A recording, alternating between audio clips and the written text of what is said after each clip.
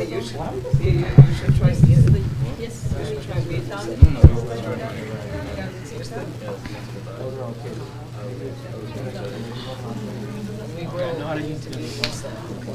اللهم صل على محمد وآل محمد.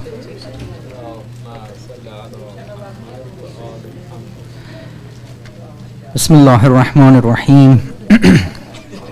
We recite Ziyarat Ashura on behalf of Imam Zaman alayhi salam and on behalf of the marhumin of the sponsors, our parents and all our marhumin.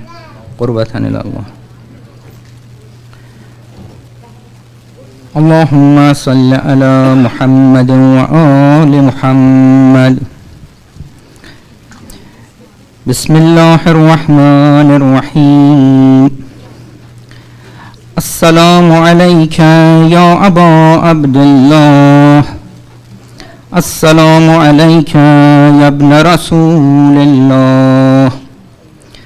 Assalamu alayka ya khiyaratallahi wa ibn khiyaratih.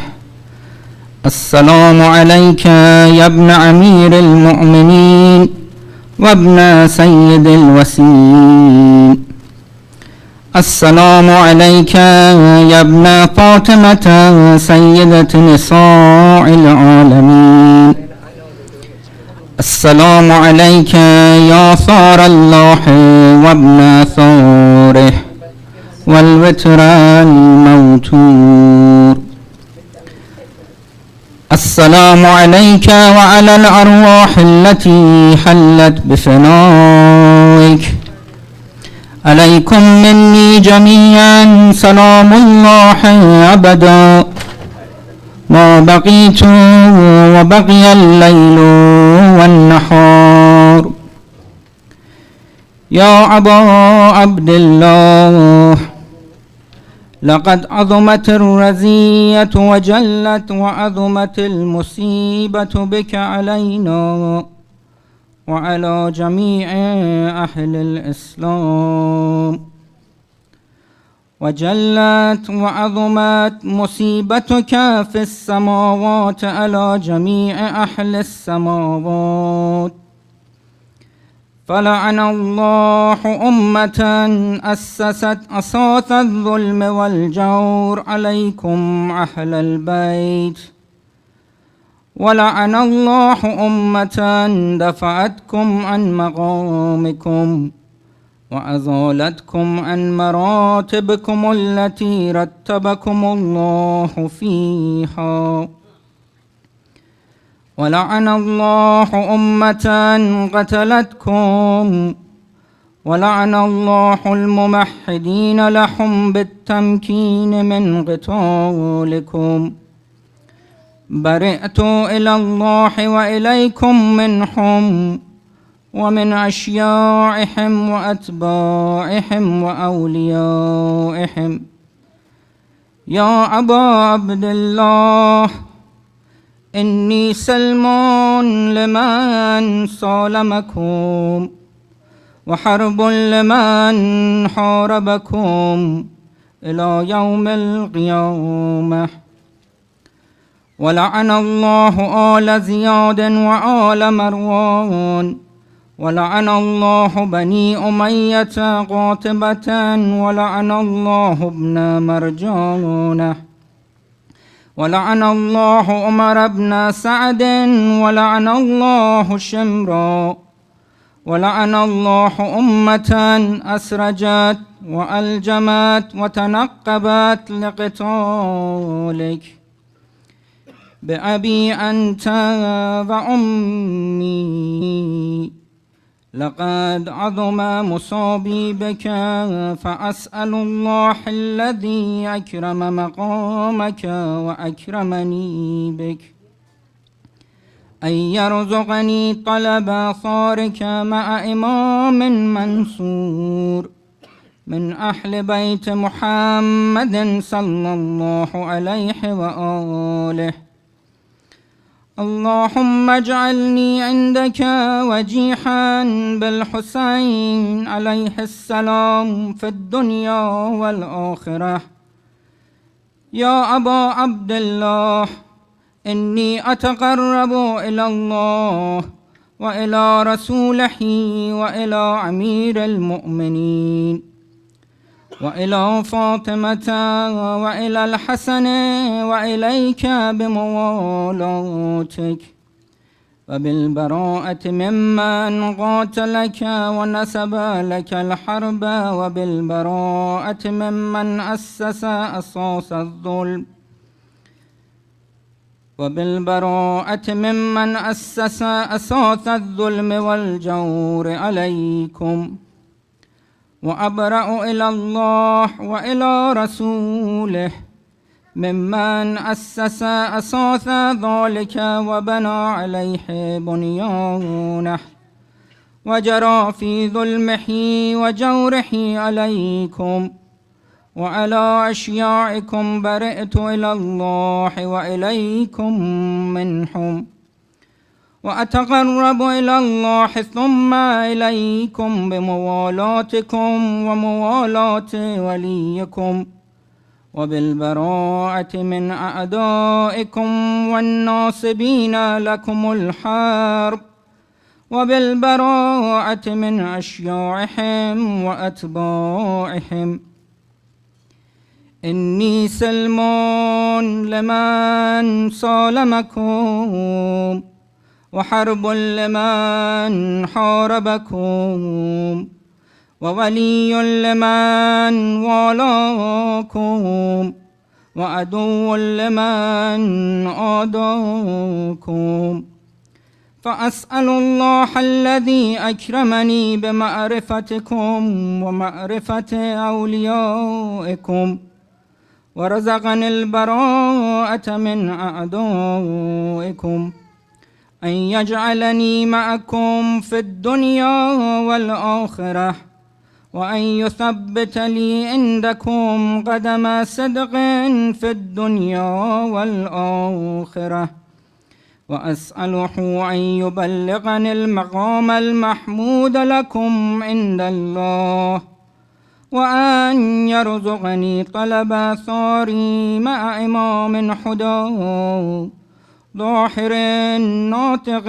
بالحق منكم وأسأل الله بحقكم وبالشأن الذي لكم عنده أن يعطيني بمصابيبكم أفضل ما يعطي مصابا بمصيبته مصيبة ما أعظمها وأعظم رزيتها في الإسلام وفي جميع السماوات والأرض اللهم اجعلني في مقامي هذا ممن تناله منك صلوات ورحمة ومغفرة اللهم اجعل محياي محيا محمد وآل محمد ومماتي ممات محمد وآل محمد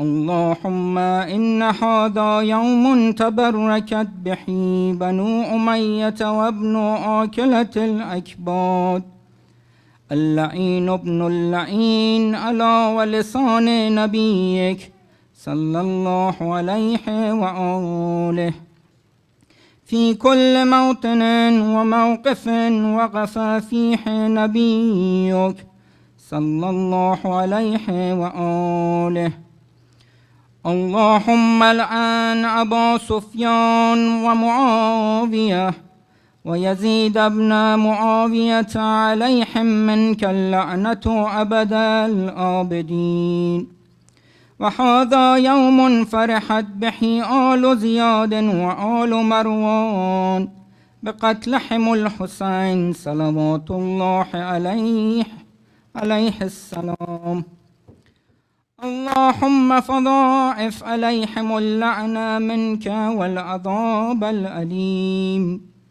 اللهم إني أتقرب إليك في هذا اليوم وفي موقفي هذا وأيام حياتي بالبراءة منهم واللعنة عليهم وبالموالاة لنبيك وآل نبيك عليه وعليهم السلام.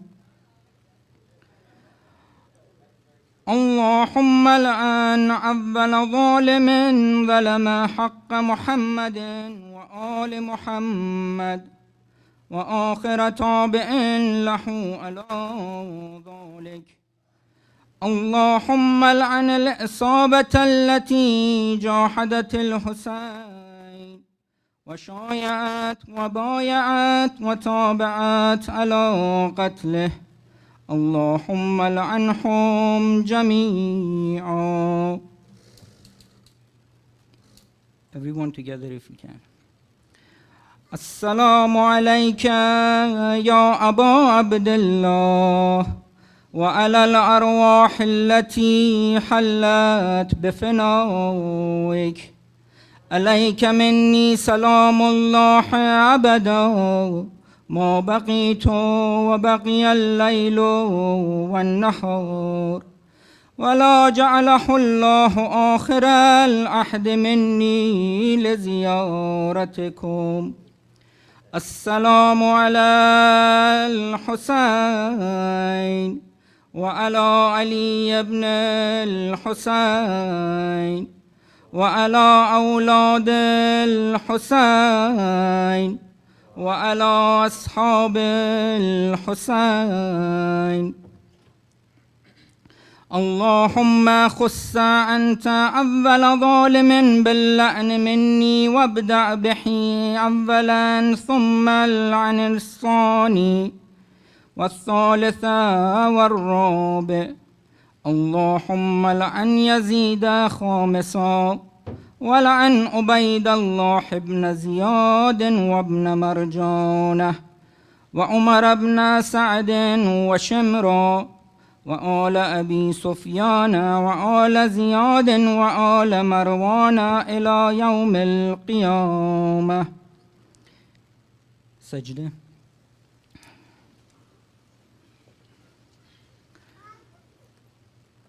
اللهم لك الحمد حمد الشاكرين، لك على مصابحهم.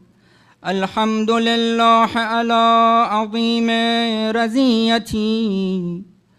اللهم ارزقني شفاعة الحسين يوم الورود وثبت لي قدم صدق عندك مع الحسين وأصحاب الحسين الذين بذلوا محجهم دون الحسين عليه السلام.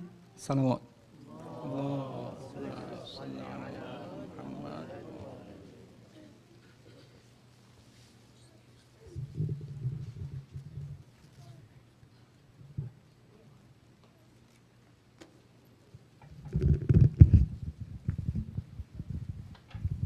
Assalamu alaikum. Let's send one more loud salawat.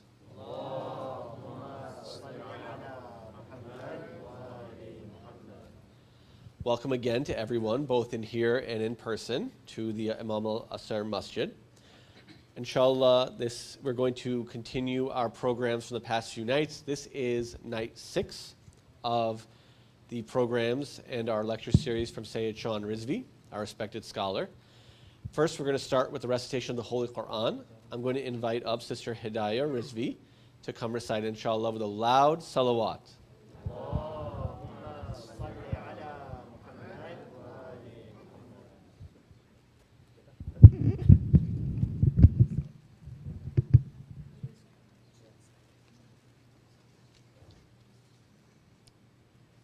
I'm going to be reciting Surah Takwir.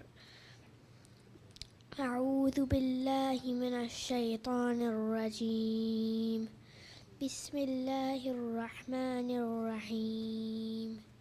إذا الشمس كورت وإذا النجوم كدرت وإذا الجبال سيرت وإذا العشار عطلت وإذا الوحوش حشرت وإذا البحار سجرت وإذا النفوس زوجت وإذا الموءودة سئلت بأي ذنب قتلت وإذا الصحف نشرت وإذا السماء كشطت وإذا الجحيم سعرت وإذا الجنة أزلفت علمت نفس ما أحضرت فلا أقسم بالخنس الجوار الكنس والليل إذا عسعس والصبح إذا تنفس إنه لقول رسول كريم ذي قوة عند ذي العرش مكين مطاع ثم أمين وما صاحبكم بمجنون ولقد رآه بالأفق المبين وما هو على الغيب بضنين وما هو بقول شيطان رجيم فأين تذهبون إن هو إلا ذكر للعالمين لمن شاء منكم أن يستقيم وما تشاءون إلا أن يشاء الله رب العالمين صدق الله العلي العظيم.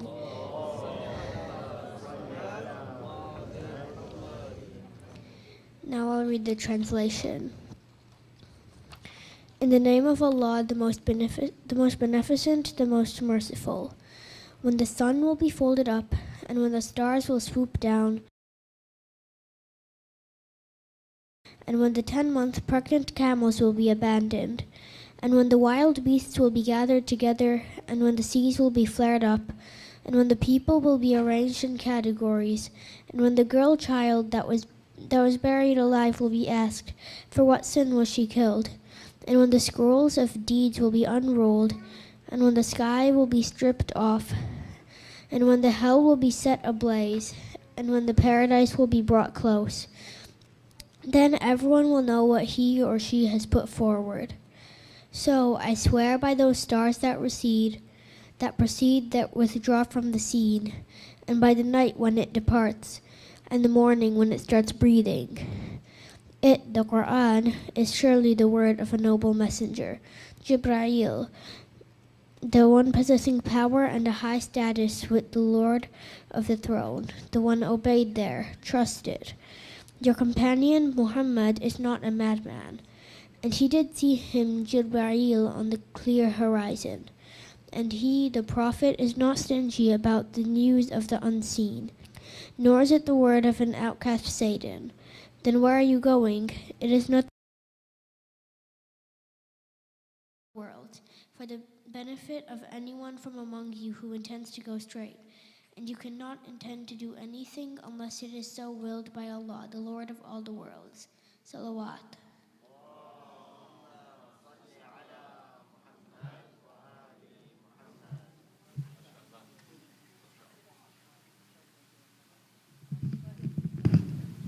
MashaAllah. Let's send one more loud salawat for Sister Hidayah Rizvi.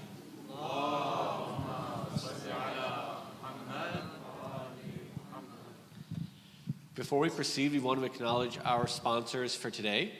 The sponsors for today are Sister Abida and Mohsen Hussein, as well as some others. We ask that you recite a Fatiha for their marhumin, as well as the marhumin of everyone present.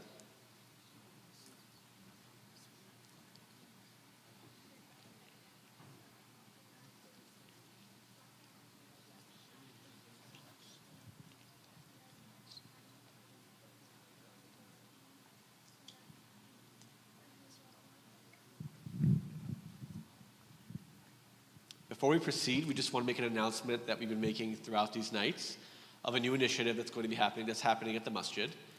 As you know, most of the time, we come to Masjid, everybody grabs a water bottle or multiple water bottles, takes a couple of sips, and then throws it out. Our goal is to prevent that kind of waste from happening, of multiple water bottles and taking only a couple of sips of water.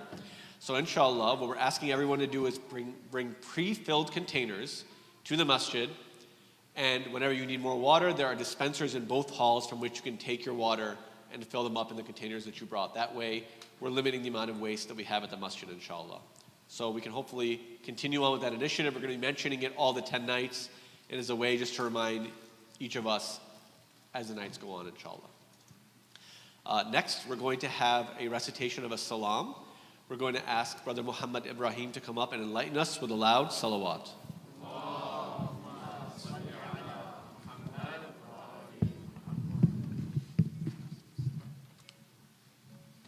Salawat.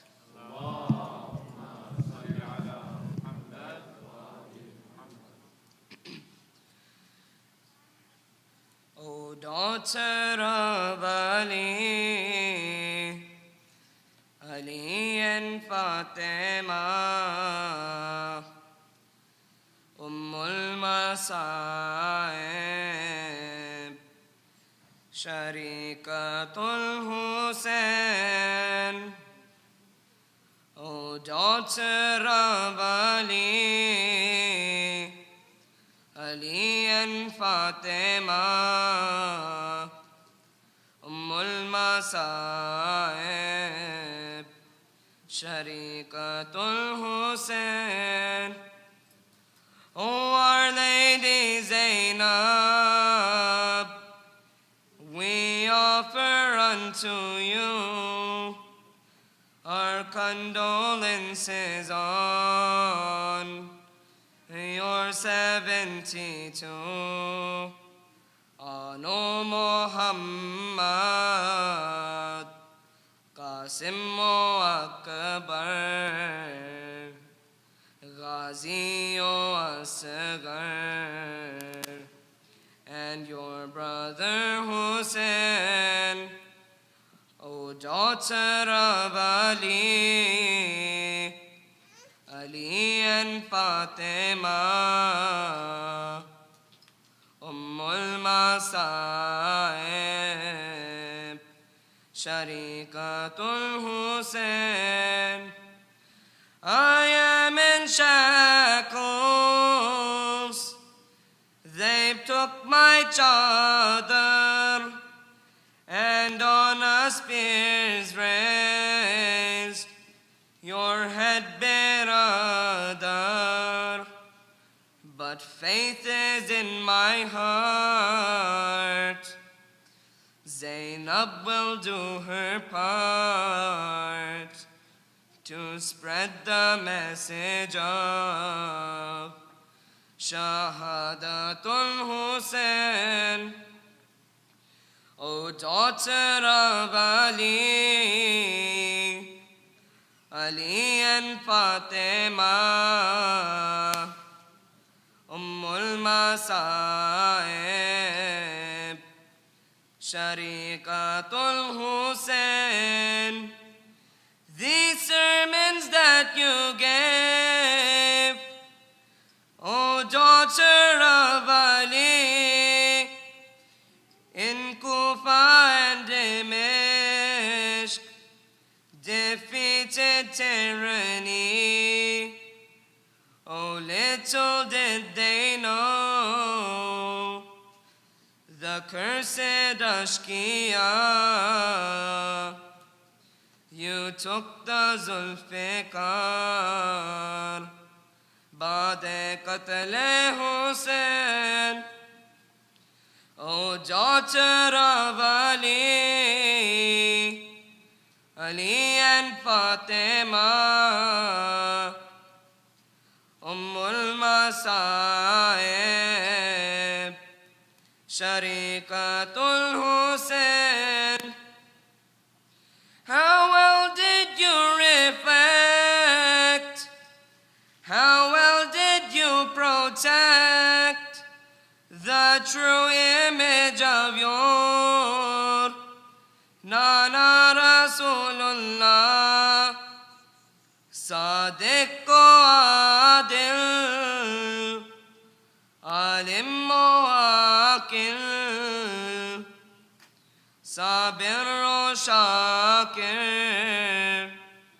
مثل حسن حسین او daughter of Ali, Ali and Fatima, Masaib, Sharikatul Hussein.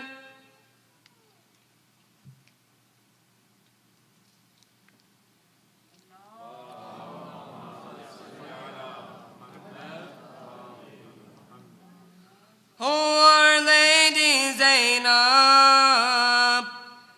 these standards that you set for patience and for grace, we shall never forget, for we are the Shia, the fruit of your dua, who will forever say, Labbaika ya Hussein, O daughter of Ali, Ali and Fatima, Ummul Masaib, Sharikatul Hussein, O daughter of Ali, Ali and Fatima, Ummul Masaib, Sharikatul Hussein. Salawat.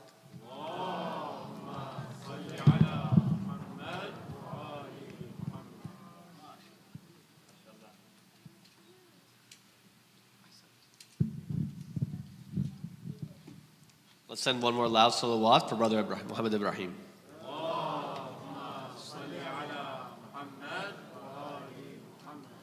One of the blessings of these nights is you see the youth in our community who have such beautiful talents and also such beautiful sincerity in their approach towards the deen. So let's send one more loud salawat for everyone who has recited on these nights.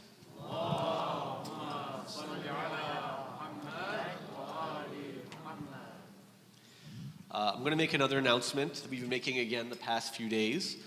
Alhamdulillah, with your dua and support, we've reached a stage to begin construction of the Imam al-Asr Masjid, inshallah. There's going to be a fundraiser on Saturday, the 8th of Muharram, the 6th of August, during the English and Urdu Majlis. The goal is to have this masjid complete by 2024. And of the $10+ million that are needed, it's only we need $7 million in contribution and pledges during that fundraiser. The goal is to have this funding secured so there's no breakages in the construction due to funding gaps and that kind of thing. So inshallah, make sure to attend the fundraiser that's going to be happening during the English and Urdu Majlis, upcoming on Saturday, inshallah. Details will be provided during the fundraiser, Al-Tamassadah, for the Imam al-Asr Masjid's completion, inshallah. With that said, inshallah, we're going to proceed to our lecture from our respected scholar, Sayyid Shaan Rizvi. Yesterday's discussion was, for me, probably the one that resonated the most, about community and how we build community, the importance of it, the fact that for many of us it cannot just be done digitally and remotely, it has to be done in person, and the work has to continue with our brothers as hosts, as guests, and a culture that isn't purely dry. It has a culture of lightness and humor within it as well. So I thought it resonated for me and made me think, and inshallah we can benefit from him during the next few nights as well. We'll invite Sayyid Shaan Rizvi up with a loud salawat.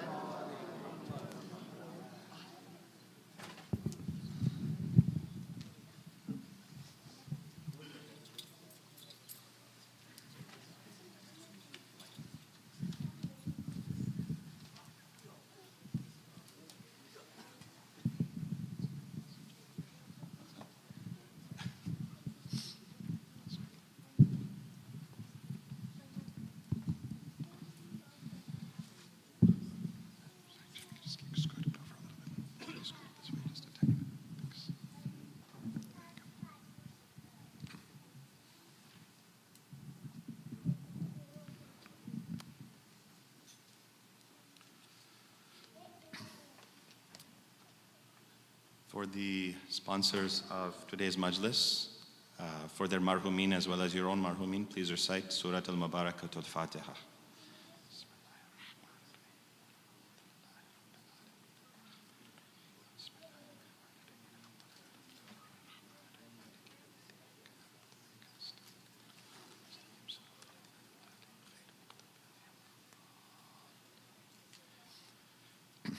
أعوذ بالله من الشيطان الرجيم بسم الله الرحمن الرحيم الحمد لله رب العالمين بارئ الخلائق أجمعين فاطر السماوات والأرضين والصلاة والسلام على سيدنا ونبينا وحبيب قلوبنا وطبيب نفوسنا أبي القاسم المصطفى محمد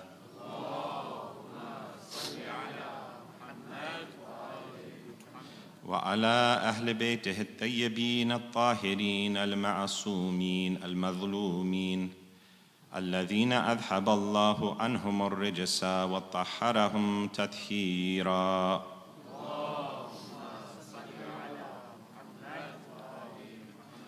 ولعنة الدائمة على أعدائهم أجمعين من الآن إلى قيام يوم الدين رب اشرح لي صدري ويسر لي أمري واحلل عقدة من لساني يفقه قولي أما بعد فقد قال الله سبحانه وتعالى في كتابه المبين بسم الله الرحمن الرحيم يا أيها الذين آمنوا قوا أنفسكم وأهليكم نارا وقودها الناس والحجارة صدق الله العلي العظيم صلوات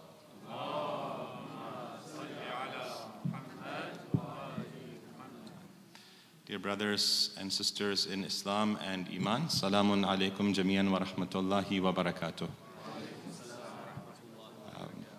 Especially would like to give salams to my elders who are here present amongst us. Inshallah, it's an honor to be speaking amongst you. As always, we'd like to give our pursa, our condolences in the beginning of our majlis to Hazrat Fatima Zahra, to the Imam of our time, to all the righteous marajit all over the world, to all the pious ulama and all the mu'mineen who have gathered together to remember the aza of Hussein in these days and in these nights. Our discussion has been on the topic of Iman, faith. And we have been exploring the various dimensions of faith. And as you know by now, I would like to start with a small recap. On the other hand, I've been told that our time is a little bit shorter today, so I'm not going to bore you with as much of a recap as normal, but I will just mention a few points. What we've mentioned so far is a few things. We've mentioned that Iman is a commitment, right? If you were to translate it, we could translate it as faith, and we can also translate it as commitment. Commitment to live your life according to a set of actions, according to a set of principles. We have said that Iman is a gradated reality that is capable of increase and capable of decrease, depending on how we ourselves choose to live our lives.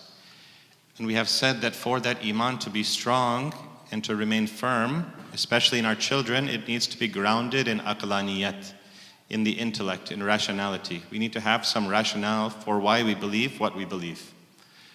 We've also talked about some of the attributes of the mu'mineen. Right? So we talked about iqamatus salat, those who establish prayer. We've talked about infaq, spending our wealth, spending our time, spending our energy to fulfill a need in the community. And we've talked about tilawat al-Quran, which means not just recitation, but recitation with application, recitation with tadabbur, with reflection, with bringing something into our own hearts and our own presence and making that part of our lives. Yesterday we moved on to another dimension of Iman, which is the relationships that we are called to have between each other, between us as mu'mineen. If you are mu'min and I am mu'min, then what did Imam Sadiq, what did Imam Baqir say about how we should interact with each other? Okay? How should we interact with each other? I had a few other topics planned for this ashra, but after thinking about it a little bit and looking at the crowd and thinking about what the needs are, I've kind of done an audible, shifted course a little bit, and I would like to continue this topic of relationships, right? Especially in the context of Iman. What is it that we are called to do towards each other? Yesterday we talked about the relationships between you and I, between mu'mineen in the community. Today I would like to start zooming in on the family, right? The connection between the family and the society is what? Right? What is the connection between that individual unit and that larger society? And this is explained very beautifully in a hadith from Imam Sadiq alayhi salam.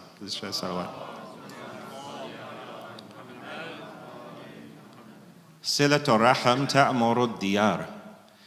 That when you maintain strong families, that is something that builds society and civilization. If that family unit is strong, that community is also going to be strong. Why? Because the unit of this community, of this Imam al-Asr community, is the family.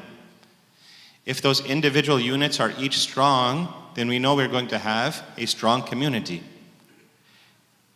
The foundation for that family unit, if we want to begin to talk about the importance of Iman as it relates to family, is what? That family starts with two people. It starts with the husband-wife relationship. The verse of Quran that was recited in the beginning said what? Ya ayyuhalladhina amanu. O you people of Iman, protect yourselves and your families from the fire, whose fuel is other people and their actions and stones. Right? So we want to explore today what is it that the Quran, that the Ahlul Bayt have to teach us about family. Right? Please recite a salawat.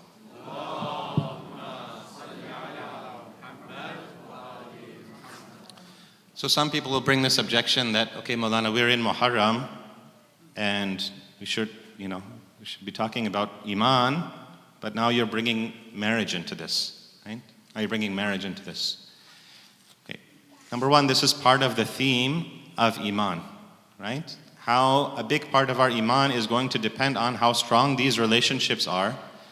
The most important relationship you're going to have is with your spouse. Okay. Number two, we are not saying anything inappropriate from the mimbar. Nothing from this discussion is going to be something that is going to make anybody blush, right? It shouldn't. And number three, when we see the difficulties that are occurring in our communities, in our children, often the root of those difficulties is because there's a problem in that marriage. There's something in that marriage that wasn't set the right way from the beginning, and then you see that trickling down to the children. Then you see that children have an issue, and then that needs to be resolved, right? So we need to take a little bit of time to talk about faith in the context of marriage. Please recite a salawat.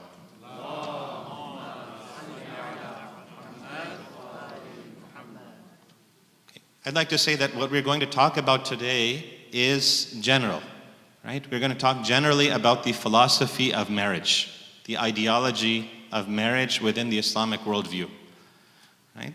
Some basic points. You can't have a comprehensive discussion on marriage just in a 30-minute lecture.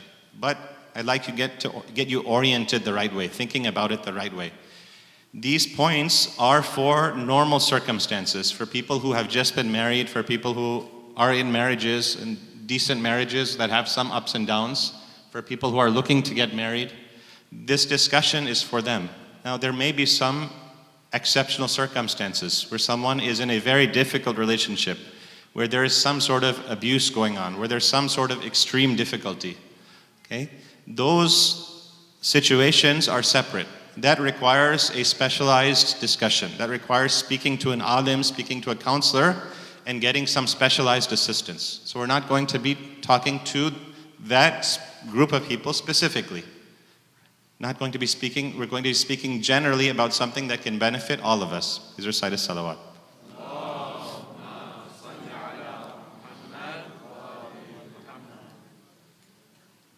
You see today that people are living in a frazzled state.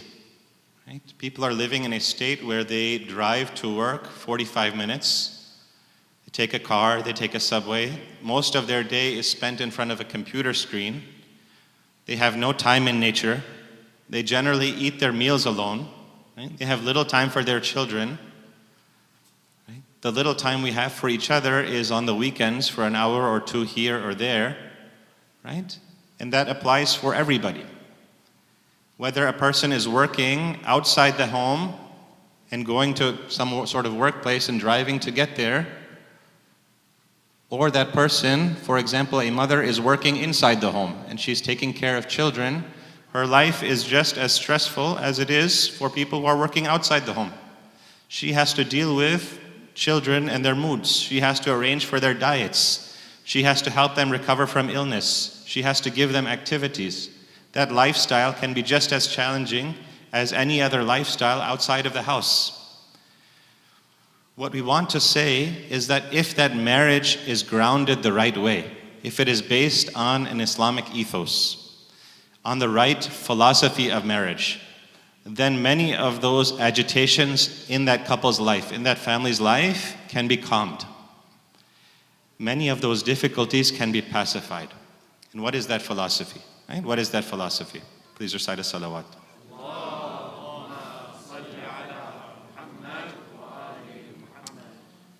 When we talk about marriage here, we're not talking about the fiqh of marriage. We're not saying what are your rights, what are my responsibilities, what are my rights, your responsibilities. Right? We're not even talking about the spirituality of marriage. First, we'll talk about the purpose of marriage in Islam.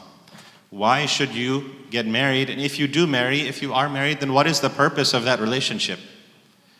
One of the ideas that's very prevalent in society amongst young people, if you talk to them, I don't know if it exists here, but in talking to youth, in reading about youth, one of the ideas that many people have is, why is it that I should marry? Right? What is in it for me? Because if I live without getting married, I can do whatever I want. All my income is for myself. I can travel the world. I can do X, Y, Z things. And if I get married, then half those things are out the window. Right? This is how some of the young people are thinking today. Right? So we want to try to think about Islamically, what is that philosophy that marriage exists for? What is it that is pushing us towards marriage? And we see this in Surah Ar-Rum. Right? Surah Ar-Rum, this famous ayah that comes whenever we have marriages in our community, we always receive what? A wedding card that has this ayah on it. Right? That has a certain ayah that many of us have heard. وَمِنْ آيَاتِهِ أَنْ خَلَقَ لَكُم مِّنْ أَنفُسِكُمْ أَزْوَاجًا لِتَسْكُنُوا إِلَيْهَا وَجَعَلَ بَيْنَكُم مَّوَدَّةً وَرَحْمَةً. Please recite salawat.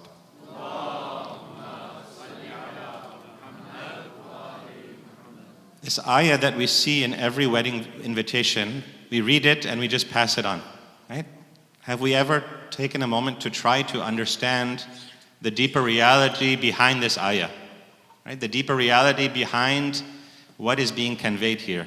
Allah subhanahu wa ta'ala says He created spouses for you from amongst yourselves, لِتَسْكُنُوا إِلَيْهَا, so that you may dwell, so that you may have tranquility with them, so that you may have sukoon with them, so that you may have peace with them. The Arabic expression here is litaskunu ilayha. This lam that comes for litaskunu is called lamu ta'lil. It is giving you the reason for what is mentioned previously. You have been given a spouse for tranquility. Right? And therefore we see that the purpose of marriage in Islam, the philosophy of marriage, the responsibility that you have in marriage is what? Before we talk, we open the fiqh manuals, right?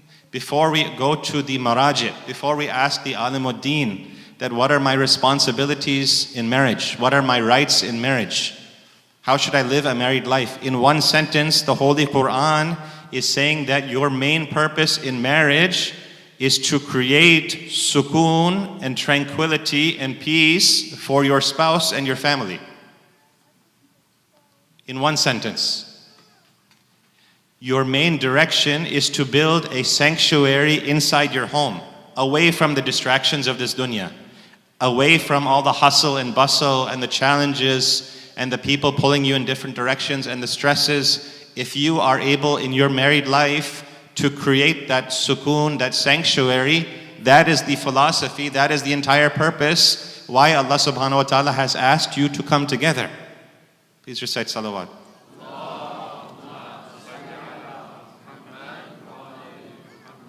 The same idea if we say that this is only in one ayah, Maulana. No, this is not just one ayah of the Quran, right? This same idea comes over and over and over again.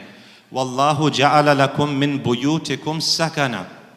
And Allah has made of your homes places of tranquility, sakana. Ja'ala lakum min buyutikum sakana. He has made your homes places of tranquility for you. The word for home in Arabic is sakan or maskan. Sakan or maskan.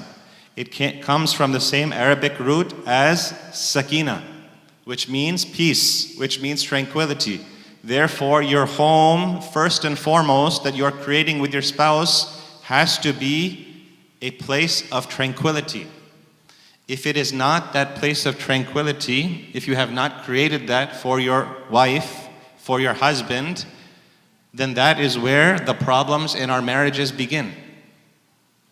If that person that you're married to does not find that sukoon in that home, that's where the problems begin. Please recite salawat.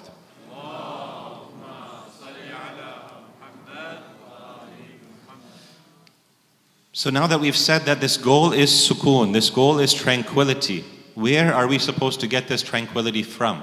Okay, these are long discussions. Right? These are drawn out discussions. There's a lot to say here. Okay? I can just give a few points, and I think the points I'm giving are salient main points that if you take these points, they will help you. Right? If we want to create that sukoon and that tranquility, which is the purpose of your marriage, which is your main responsibility in marriage for your spouse, then we need to start with love. We need to start with love. Right? That love, right? We say in akhlaq that love is able to do what nothing else can accomplish. If love exists, any other attribute that you take, for example, courage, right? For example, right? Whatever courage it will take you to get to something, right? To do something, if there is love there, right? You can get to that goal much faster. Love is that topsoil, right? If that love in your garden is healthy, if there is enough of it, if there is good quality of it, if there's a good quantity of it, then anything can grow in that garden, right? Love is that base in your food, right? It's that ingredient in your food that it has to be there. There has to be a lot of it. If we're talking about cooking from the Indian and Pakistani subcontinent, we know that every food has what? Ginger and garlic, right? Love is that ginger and garlic in that dish. If you don't have enough of that, there's going to be, that sukoon is not going to be there. On the other hand, if you have the copious quantity of love, all the problems that you come across in your married life, all of them will become small. Right? All of them will become manageable. Please recite salawat.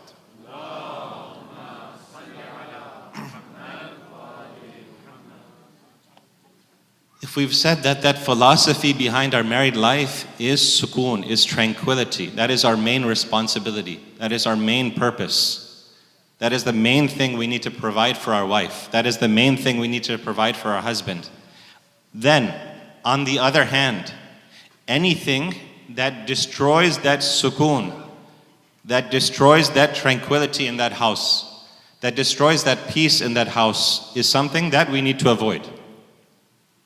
Right? Anything that destroys that tranquility in that house. If we are always complaining in our house, right? If we are using foul language towards our spouse, if we are using foul language about our wife's family, about our husband's family, if we are always demanding things and not looking at what we have to do in this relationship, if we can never overlook those small mistakes our spouse makes, right? Our spouse spends too much, for example, on something that she wasn't supposed to spend on.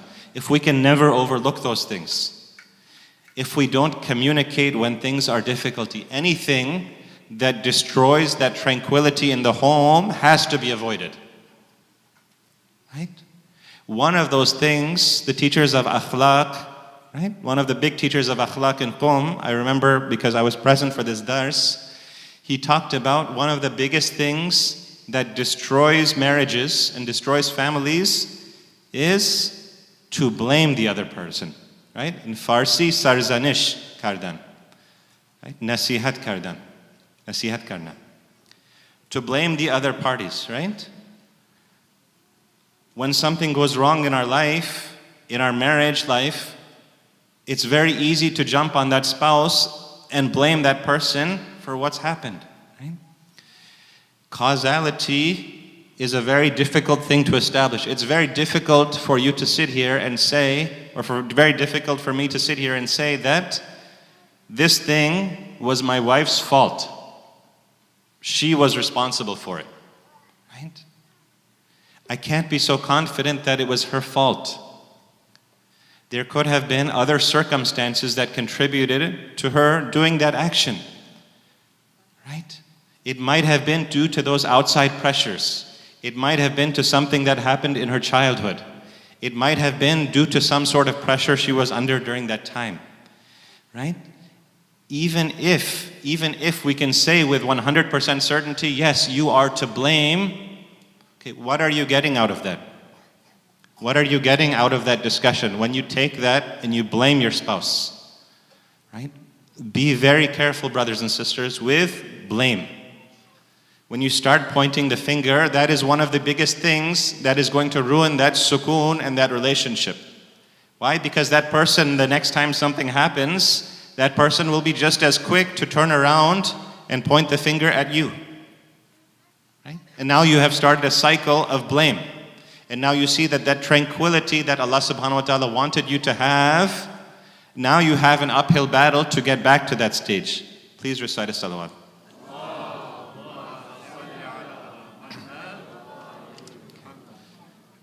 When we talk about tranquility in marriage, right, how do we create that tranquility? How do we create that? One of the things we said is that there has to be a copious amount, there has to be a bedrock, a base of love that is nearly unlimited in supply. If that is there, then all the small problems can pass. If that is not there, then even the smallest problem, the smallest molehill will become a mountain. Right? Now, when it comes to creating tranquility in our marriages for our husband, for our wife, the next question is, when we try to create that tranquility, is there a difference between men, how we create that tranquility for men, for our husbands, and how we create that tranquility for our wives? Is there a difference? Okay, what do you think? It's a difficult question. It's a loaded question, right? Nobody wants to answer. Right? People are too nervous to answer. Right? Is there a difference in how we create that tranquility for our husband and for our wife? Of course there is. Right? Of course there is a difference. Right? Okay. If Allah subhanahu wa ta'ala is Hakim, if He created everything, if He fine-tuned everything, if there is a wisdom in each creation of His, then that means that the way He has created a woman and the way He has created a man, because they are different, there is a difference in them. Right? He created them with difference. Right? Now, what is that difference? What is that difference? Okay, you think about that one. I'm not going to tell you the answer. Why? Because that is a very difficult discussion. Why? Because if we go into that, that opens up a can of worms. Why? Because if we go into that, right, that's a sensitive topic that we can't discuss in the time we have. But know that there is a difference. What that difference is, I would like you to think about it based on your experiences. If you would like to talk about it and get more information, then I'm available. We can talk afterwards. You can send me a message. You can ask the ulama here. understand that difference. But there is a difference when we talk about tranquility for a man, tranquility for a woman. Please recite salawat.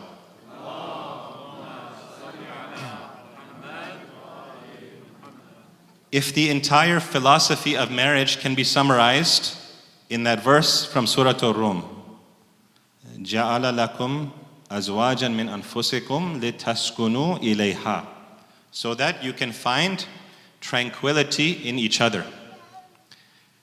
Then the entire spirituality of marriage comes in another verse. Okay, according to Ayatollah Jawadi Amoli. Who is Ayatollah Jawadi Amoli? He is one of the biggest urafa, the biggest philosophers, the biggest mystics, the biggest scholars of Islam we have alive today. He is one of the closest students of Allama Tabatabai, who was mentioned a few days ago. He has a tafsir of the Holy Quran called Tafsir Tasneem, which after Al-Mizan people say is going to be the next most popular tafsir. This tafsir of the Holy Quran is 75 volumes. In 75 volumes, he has given the message of the Quran. And again, that's a point of reflection for us. That me, who can't read one volume of the tafsir without getting tired, who am I and who is this man who's written a 75-volume tafsir? Himself, he's written it. Right? Where are our ulama and where are we?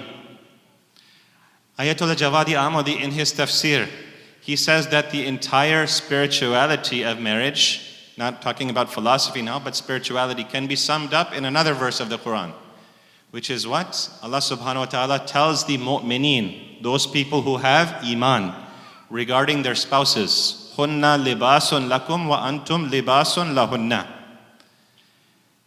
You are garments for your spouses, for your husbands and wives. Your husbands and wives are libas, are garments for you. This is a metaphor. What does this mean? What does it mean for someone to be clothing for someone else? Okay, so this needs a little bit of explanation. Please recite salawat.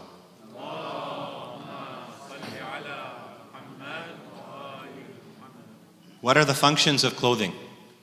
Right? What are the functions of your clothes? The Holy Quran is saying, think of your spouse as your clothing. One of the functions of clothing is that clothing is something that restricts you from the outside world. What do I mean? That clothing is a barrier between you and the outside world. If you were to not have clothing, you would be directly in the outside world naked, right? That clothing is a barrier. The husband and wife, if that relationship is strong, if it is spiritual, if it is grounded, if it is an Islamic relationship, then they are to be barriers against any sort of haram relationship that one of them might have outside the marriage. Right? Your wife is a barrier for you against going towards anything haram. Your husband is a barrier for you against going towards anything haram. Right? We're talking about the physical aspects of marriage. If a marriage is such that there is attraction between the spouses, then that marriage is a barrier. Right? On the other hand, what happens? If I don't respect those barriers, if I am looking at non-mahrams inappropriately, right? What is that going to do? Right? That's going to create ikhtilal, that's going to create, right, a sort of breakage in that marriage, right? Just from that action, just from looking at somebody else, I have taken away the right of my wife. Just from you looking at someone other than your husband, you're taking away the right of that husband. That ikhtilal, that break starts there. Please recite salawat.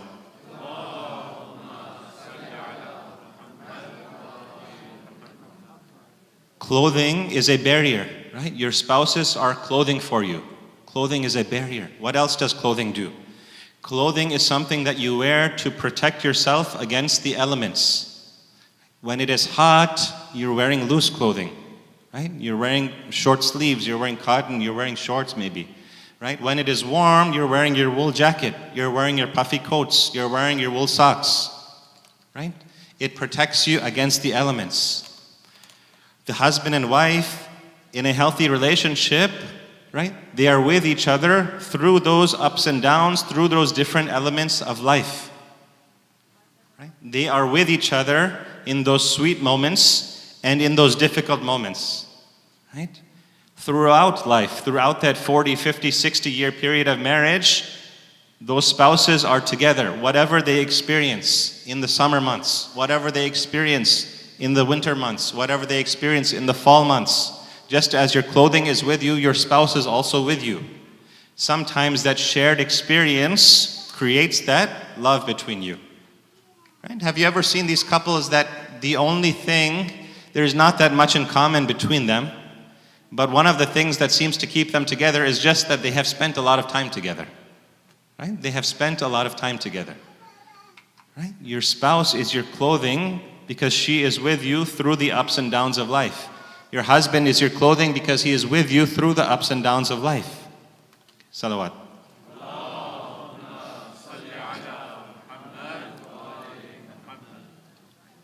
Number 3, what else does our clothing do? We've said that clothing is something that protects us from the elements. Right? We've said that clothing is something that is a barrier against the outside world. Clothing is also something that covers the faults in your body. Okay? If someone is losing hair, they might wear a hat. Right? Now, unfortunately, if someone is self-conscious about their body weight, what we see is that they wear clothing to adjust how they look, because they see that as a flaw, even though it's not a flaw. Right? Injury on their skin, they wear clothing to cover that injury. Clothing covers your faults, covers your flaws. Right? Hunna libasun lakum wa antum libasun lahunna. Your spouses are your clothing for you, and you are clothing for them. What this means is that our spouses are meant to cover our flaws, and we have to cover the flaws of our own husbands and wives. Sometimes this is from other people. Sometimes this means that when other people are criticizing our wife, when other people are criticizing our husband, we have to be the one to take that stand and say that now we're crossing the line, right? That's not appropriate. Please don't say things like that about my spouse. Right? Sometimes in marriages, that line has to be drawn. Sometimes we're covering those flaws from other people. Sometimes we're covering our spouse's flaws from our own eyes. We don't see the defects of our spouse. Right? Our spouse is clothing for us. It covers our flaws. It covers their flaws. Right? We don't see the defects of our own spouse. Why? Because if we focus on the negative aspects in our relationship, if we focus on the differences, that relationship won't go anywhere. If we focus on what we have in common with the spouse, and at the very minimum, the thing you have in common is that you are both mu'min. You are both striving towards Allah subhanahu wa ta'ala. You both love the Prophet. You both love the Ahlul Bayt. You both respect the Prophet. You both respect the Ahlul Bayt. And you are both striving to obey the Prophet and obey the Ahlul Bayt. Allahumma salli ala Muhammad. Okay, so we cover our spouse's flaws just as clothing covers our flaws. We cover our spouse's flaws even from our own eyes. Right? As we said yesterday, find me that perfect person. Right? Find me that perfect spouse. Find me that perfect husband. Find me that perfect wife. If you think your wife has XYZ flaws, and you think that by separating from her, you're going to find somebody who doesn't have those flaws, well, I hate to tell you, but the lady that you find after that is going to have ABC flaws that your XYZ wife didn't have. Right? Find me that perfect person. Right? So what we have to do is we have to learn how to live with those flaws of our wife, of our husband. We have to accept those flaws. We have to learn how to love those flaws. Because we love this person, we love that flaw. We accept that flaw. We learn how to manage and live with those flaws. Okay, so what do I mean by this? What's an example? Please recite a salawat.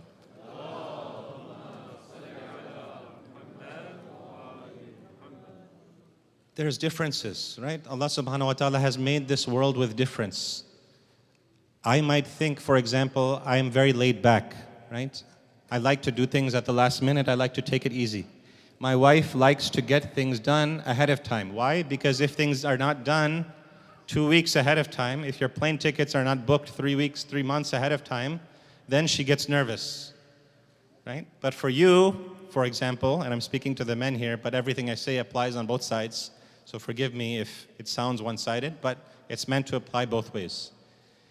For you, for example, if your wife likes to do things in advance, you say, no, let's wait until the last minute. Why should I stress myself out about getting this done right now? This will get done. Okay, so now you see this as a flaw in your wife. Over and over and over again, you see this pattern in your relationship. Okay, to cover that defect, one of the ways to cover it is to manage that defect. In your marriage, you learn how to manage that thing that you're saying is a defect, which first of all, it's not a defect, it's a difference. Right? It's not a defect, it's a difference. But you see it as a defect and you learn how to manage it. To deal with that, you push yourself to say, for the sake of this relationship, I push myself to try to get things done earlier. Your wife in that situation pushes herself to say, okay, maybe it's not so important that this doesn't get done today. Maybe it can get done within the next 3 days. The next 4 days, I'm going to relax. Right? But each of you pushes each other. Why? To learn how to manage that tension between you two. To manage that perceived flaw. Right? In that way, you are covering that flaw. Please recite a salawat.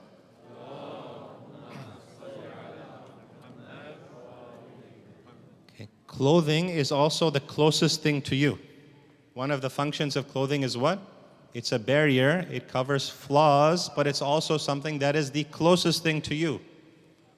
In the physical world, nothing is going to be closer to you than your clothes. Hunna libasun lakum wa antum libasun lahunna. You are their garments and they are your garments. Right? Nothing will be closer to you than them. Right? And nothing will be closer to them than you. In our marriages, right, one of the philosophies here, one of the spiritual aspects here is that nobody should be closer to you than your own spouse. Right? The people that we share our happinesses with, the people that we share our vulnerabilities with, the people that we share our joys with, the people that we share our difficulties with, is first and foremost, or should be first and foremost, at the very least, if not the closest, one of the closest people should be your wife or your husband. Right? The closest thing to you is your wife or your husband. The closest thing to you is your clothing. Hunna libasun lakum wa antum libasun lahunna. Right? In this one sentence, what is Allah subhanahu wa ta'ala giving us? In that other ayah, what is Allah subhanahu wa ta'ala giving us? When we get those wedding cards, right? When we toss them aside, if we try to think about these ayat, if we try to analyze them, if we try to bring them into our lives with tafsir, consulting ulama, thinking about them, right? Practicing them. Really, these ayat can give life. Really, this book can give you life. Right? It can give you meaning. It can solve your problems. Right? Please recite a salawat.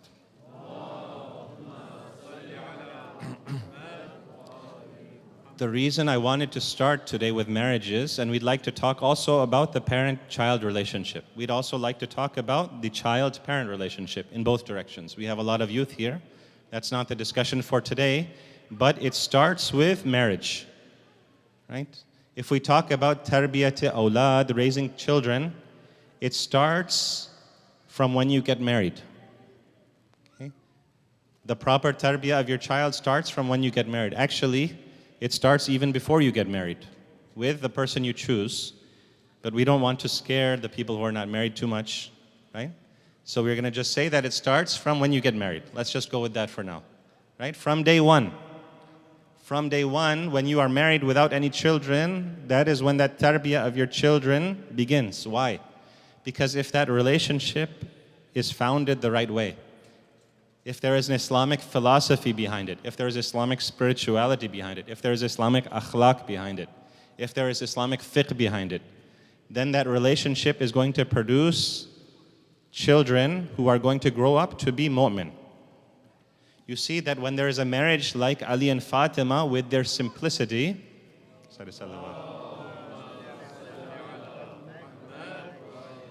with the simplicity that they had, with the dedication and sacrifice to Allah subhanahu wa ta'ala that Ali and Fatima had, then we see the result of that tarbiyah, that bond, is a child like Hussein ibn Ali. We see that when there is a marriage between the likes of Zainab, who is the daughter of Amir al-Mu'mineen, and Abdullah ibn Ja'far, who is the nephew of Amir al-Mu'mineen and the son of Ja'far al-Tayyar, then we see the fruit of that marriage is two young children who are willing to give themselves up in Karbala. The fruit of that marriage is two boys by the name of On wa Muhammad. So as we talk about this, this has practical lessons for us, right? Connecting ourselves to who, right? Who are we remembering? If we want our children, right, maybe they don't become shaheed, but if they have that level of sacrifice, right, then we need to talk about tarbiyah, right? We need to talk about marriage, right? Inshallah, we can take a few moments to remember the masa'ib of Abu Abdullah. Sallallahu alayka ya Aba Abdullah.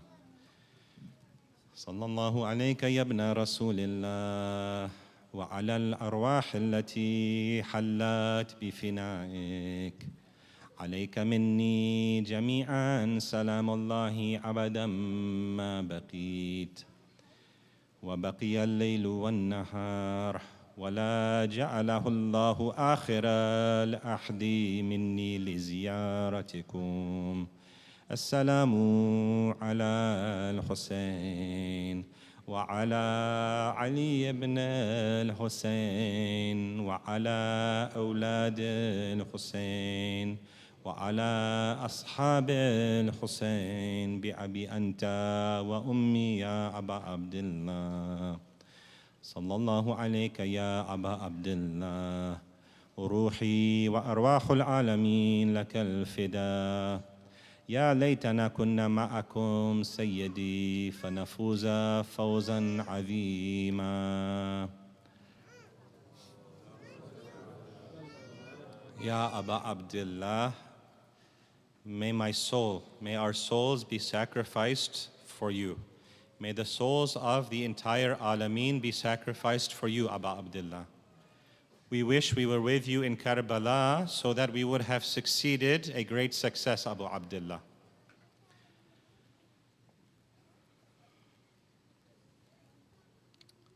In the last few nights, we've been talking about the sacrifices made by the Ansar and the companions of Hussein.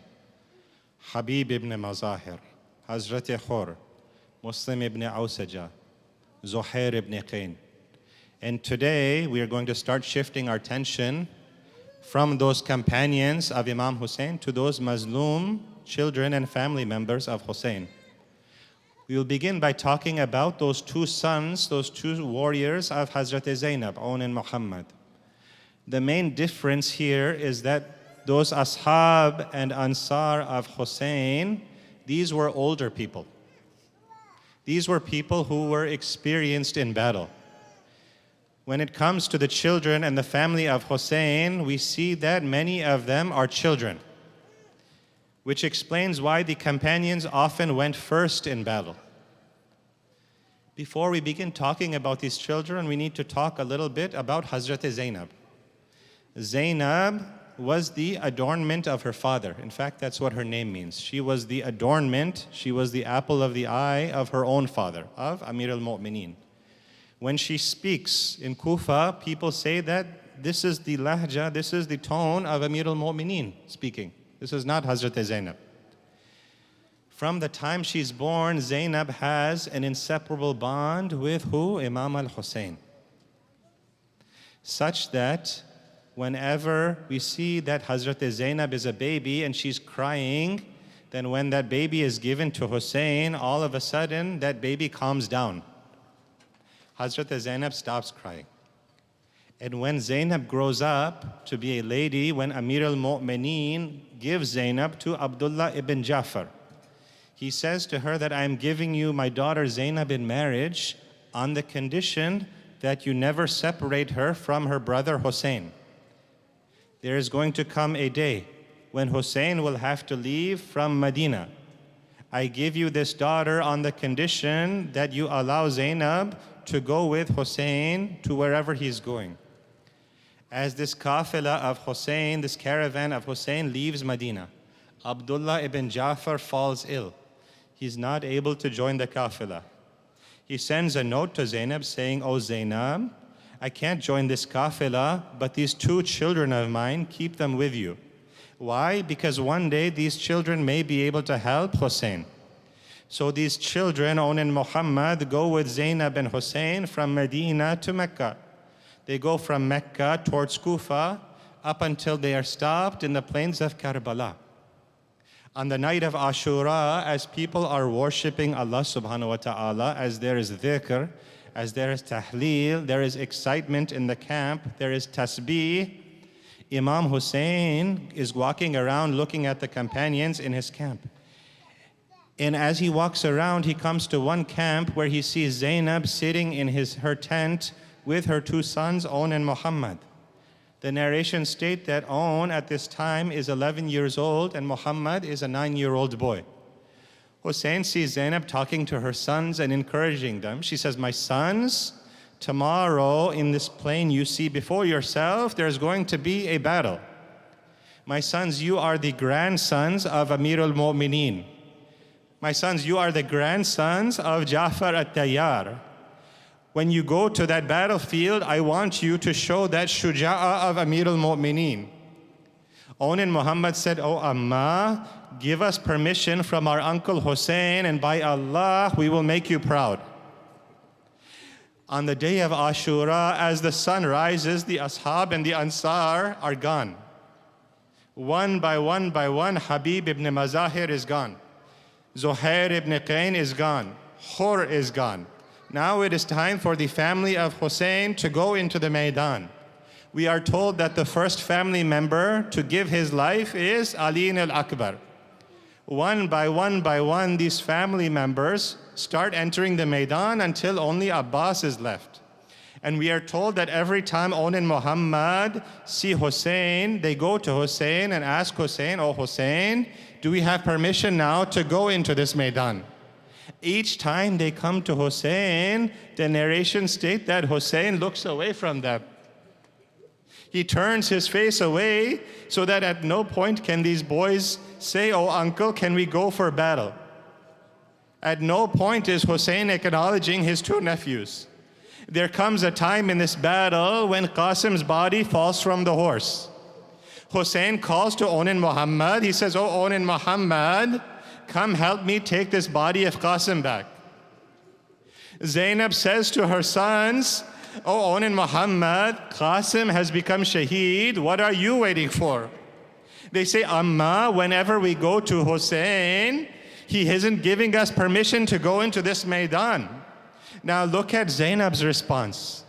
Zainab hears this and she herself puts on new clothes for Aun and Muhammad. She puts kohl on the eyes of Aun and Muhammad. This is a mother dressing her sons for death. This is a mother sending her children into the battlefield. She ties her swords onto the bodies of Aun and Muhammad. The narration states that these boys are so small that as they're walking, their swords are dragging on the ground. Hussein sees Zainab coming with the boys, and he knows why Zainab has come. He says, "Zainab, why are you sending these boys to the Maidan? You are going to need these boys, Zainab." She said, "Hussein, nobody is going to harm you when these boys are alive." Hussein said, "Zainab, Abdullah ibn Jafar is not going to be pleased with this." Zainab says, "Hussein, Abdullah sent them for this day. He sent them for right now. He sent them for this moment." When she kept insisting, then Hussein hugged Aun and Muhammad and he said, "Abbas, these boys are young. These boys don't know how to fight. Can you teach them a little bit about how to fight, Abbas? Abbas begins to teach On and Muhammad how to fight. Abbas says, when the enemy comes from this side, then fight them this way. When they come from the left side, then fight them that way. The boys are given some basic training from Abul Fadl Abbas.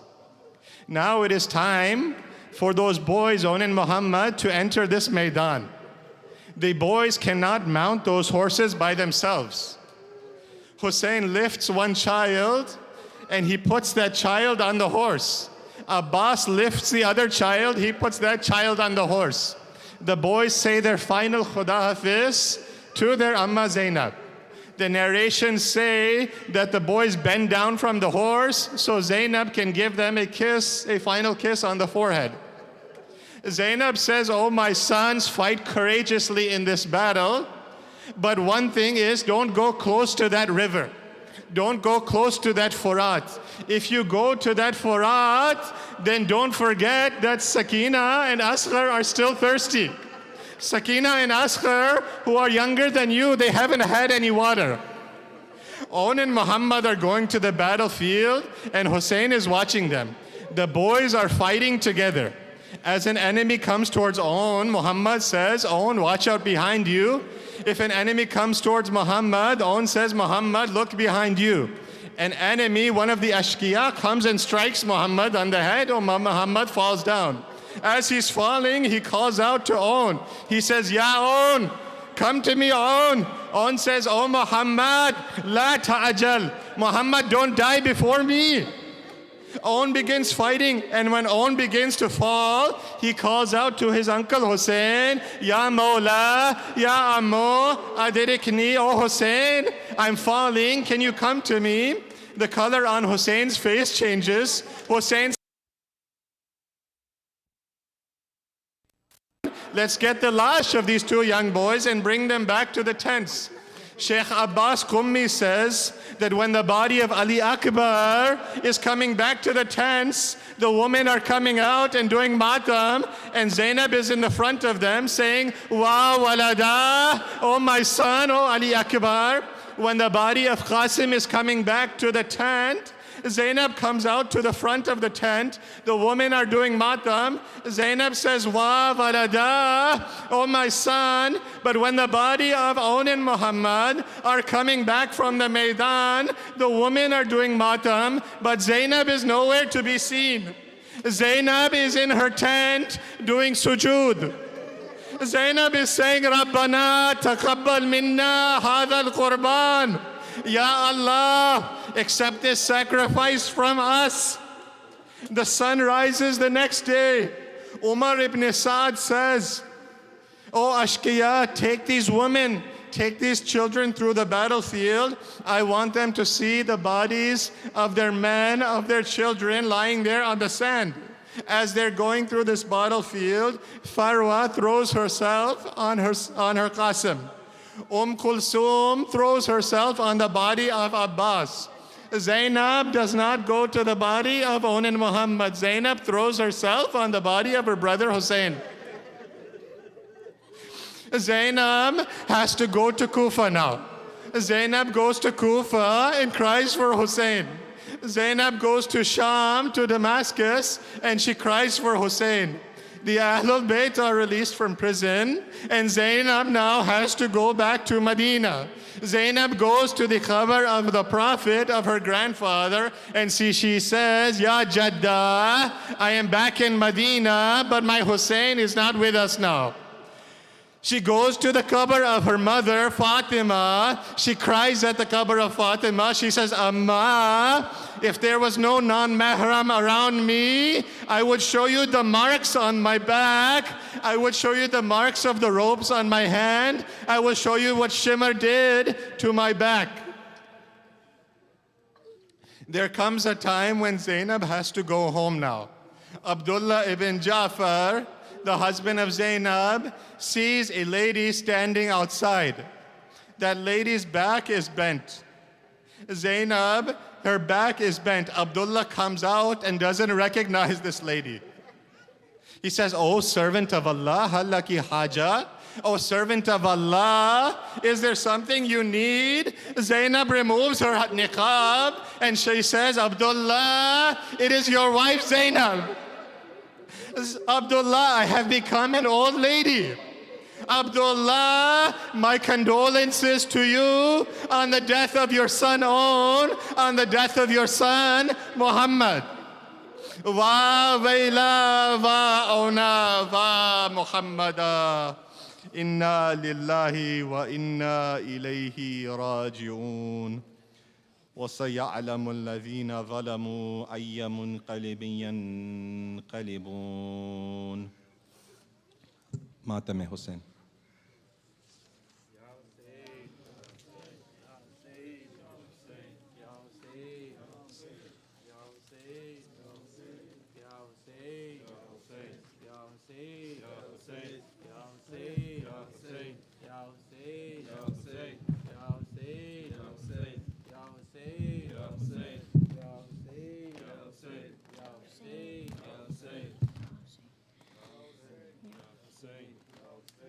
جانم فدای زینب جانم فدای زینب جانم فدای زینب جانم فدای زینب جانم فدای زینب جانم فدای زینب جانم فدای زینب جانم فدای زینب.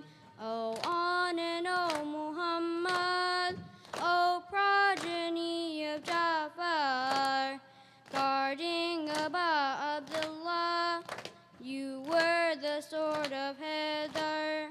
We honor your shahadat in this Azai Zainab.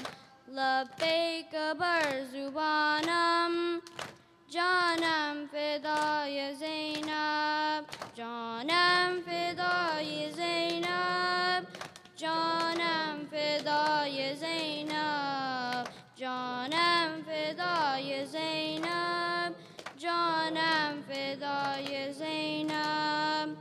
From Karbala to Kufa, Kufa to Shaan, Bibi, you brought a revolution with your kalam, Bibi. Hear the reverberations from that Sada Zainab. Labbaik barzubanam, Janam fidaya Zainab. Janam fidaya Zainab.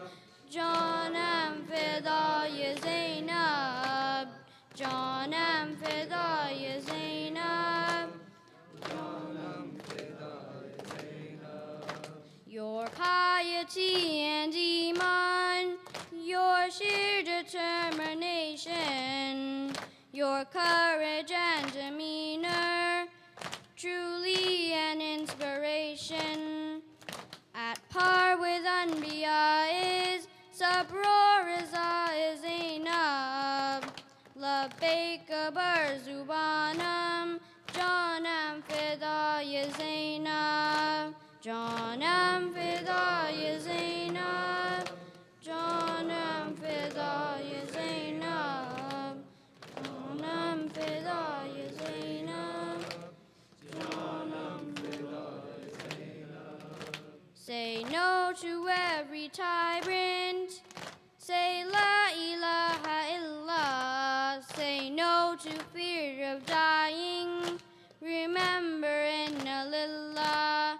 Calling to truth and justice is still nida Zainab. Labbaik barzubanam, Janam fidaya Zainab. Janam fidaya Zainab. Janam fidaya Zainab. Janam fidaya Zainab. Janam fidaya Zainab. Iqra bi ismi rabbik. Read in the name of Allah. the indigent and hungry, feed in the name of Allah. Knowledge and empathy are what signifies Zainab. لبيك برزبانم جانم فدای زینب جانم فدای زینب جانم فدای زینب جانم فدای زینب جانم فدای زینب جانم فدای زینب جانم فدای زینب جانم فدای زینب جانم فدای زینب حسین حسین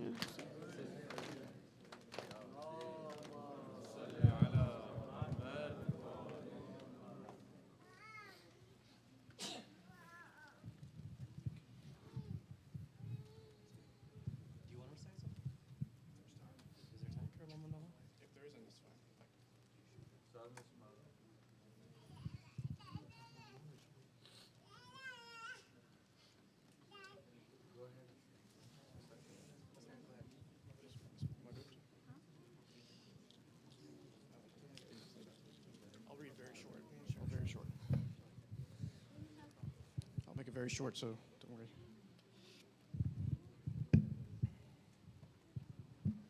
Every day is Ashura, every land is Karbala. Hussein, Hussein, Hussein, Hussein.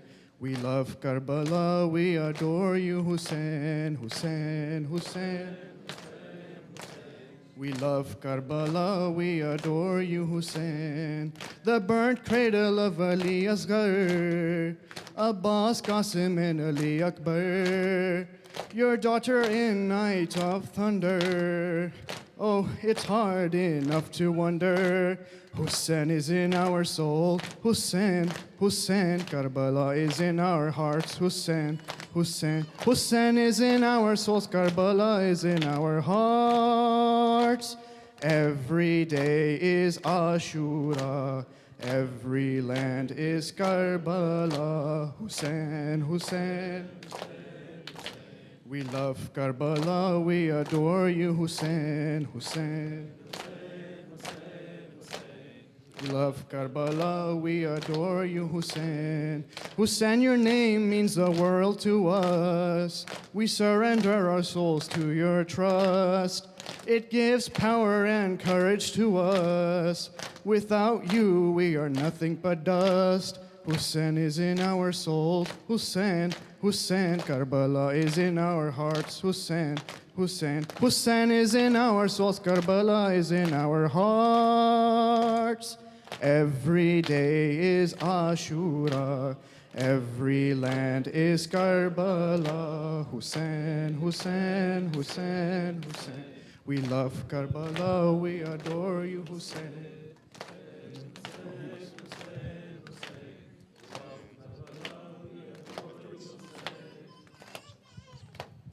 اللهم صل على محمد وآل محمد. Maghrib time has just begun, so inshallah we'll proceed with Maghrib in the Green Hall. We'll do Adhan, and please grab your tabarruk on the way. Salawat.